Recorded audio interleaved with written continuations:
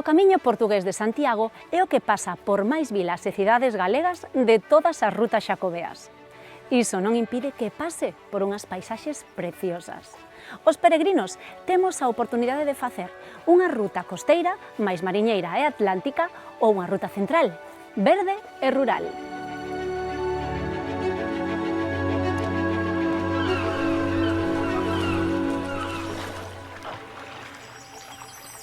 O Camiño Portugués Central é o camiño do Baixo Miño.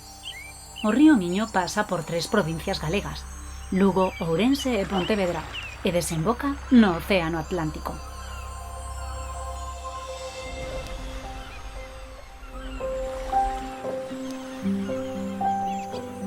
A ruta central é a ruta do Miño, unha ruta chá e pouco montañosa, chea de encanto grazas ás fragas polas que pasa.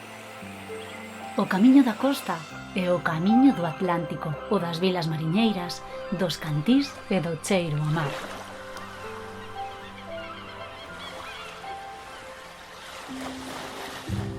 Se nos decidimos polo camiño central, teremos que cruzar a fermosa vila de Tui, coas súas rúas empedradas, para dirixirnos a Canle do río Louro.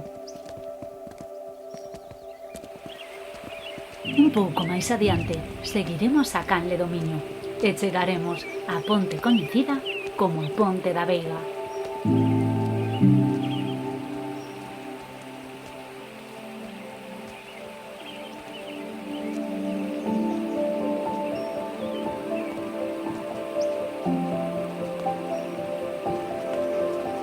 Seguindo o noso camiño, haberá que pasar a Ponte de San Telmo ou das Febres. Segundo se conta, San Telmo ía en peregrinación a Santiago cando comezou a ter febre, o que lle fixo deixar o camiño e volver a Tui. Pouco despois morrería. Atopámonos a continuación por uns belos bosques de ribeira, paisaxe solitario e encantador que nos leva á aldea da Madalena. Cruzaremos logo unhas lousas sobre o río Louro.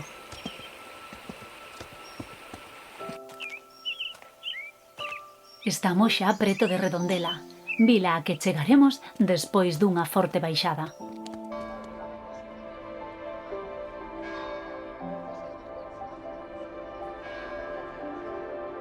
Queredes ver as paisaxes marítimas que nos ofrece o Camiño Portugués de Santiago pola costa? Acompañádenos porque comezamos o camiño dende a Guarda. A Guarda é o principio do Camiño Portugués pola costa. Se o peregrino vén de Portugal, ten que cruzar en barca dende Camiña. Nesta viaxe pola costa gozaremos do Atlántico e das preciosas paisaxes costeiras con sabor salgado.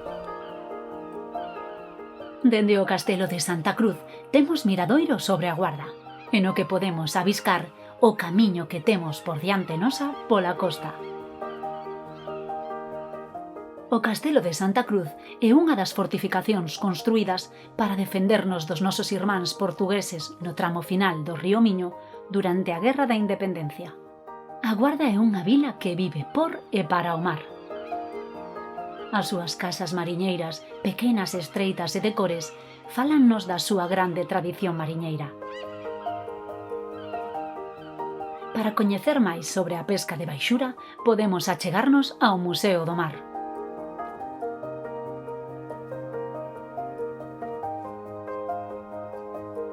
O edificio que alberga esta mostra etnográfica ao redor da tradición mariñeira é unha réplica do baluarte de Atalaya que houbo aquí noutra época.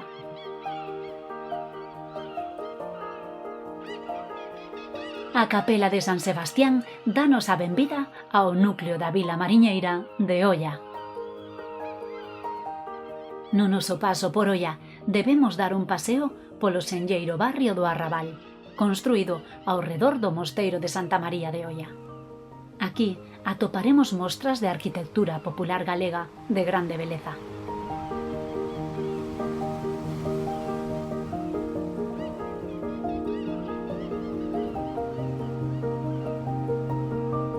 A antiga Casa do Concello alberga hoxe a oficina de turismo, onde nos informarán sobre todos os segredos de Oia. Chegaremos no noso percorrido a Cabo Silleiro, onde poderemos ver a Torre do Faro de 18 metros de altura que alumea dende 1924. Ao chegar a Baiona, podemos subir ao Monte de Sansón e xunto á Virxe da Rocha ver a paisaxe marítima. A escultura de 15 metros de altura feita en granito foi construída en 1930 e é obra do arquitecto Antonio Palacios. Nigrán conta con 3 pazos: o Pazo das Pías, o Pazo de Brito e o Pazo de Cea. O Pazo de Brito chamase así porque foi construído polo capitán de cabalería Martín de Brito e hoxe en día é a casa rectoral da parroquia de Nigrán.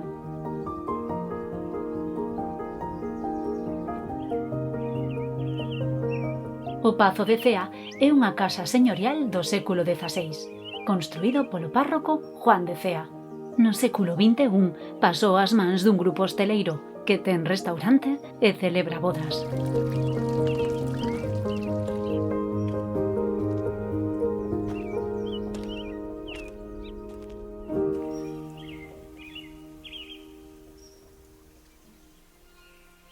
Para entrar en Redondela, pasaremos baixo o viaducto de Pedro Floriani, catalogado como ben de interese cultural e que foi inaugurado en 1876.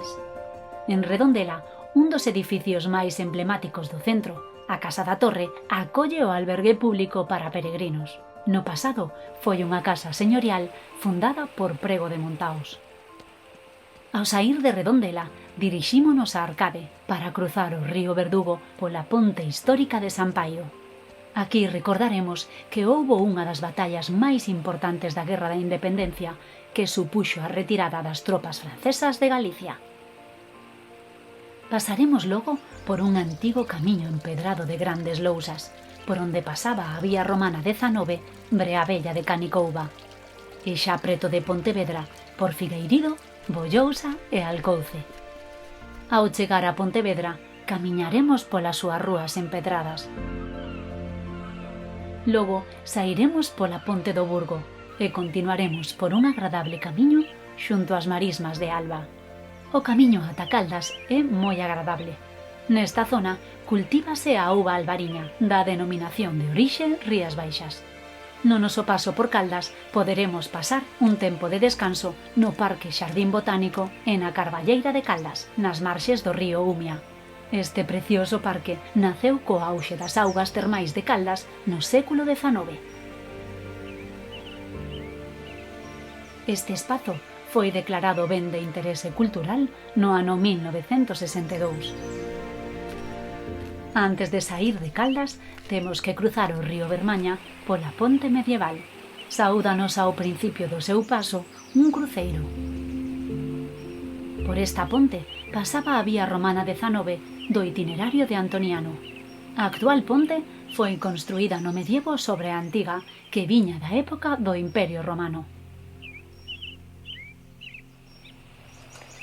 Tras deixar o núcleo de Opino, xa en Valga, comeza o Monte Castelo, cunha preciosa paisaxe xunto ao río Valga. Aquí podemos atopar aínda antigos muíños.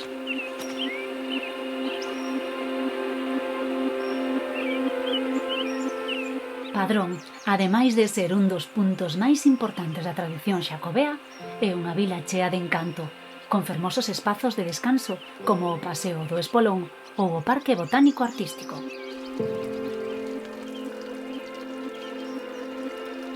No noso camiño pasaremos polo Pazo de Faramello, en Rois, que se atopa nun fermoso entorno natural atravesado polo río Tinto. O río linda co camiño de Santiago portugués e nas súas orelas podemos facer unha parada e disfrutar das fervenzas naturais.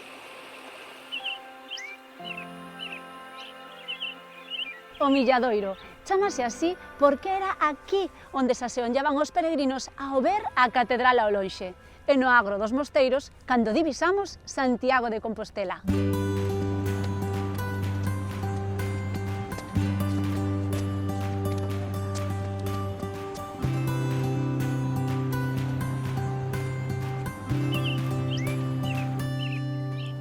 A Alameda de Santiago é un lugar de descanso para os santiagueses e para os peregrinos. Dende aquí temos unhas preciosas vistas do noso destino, a Catedral.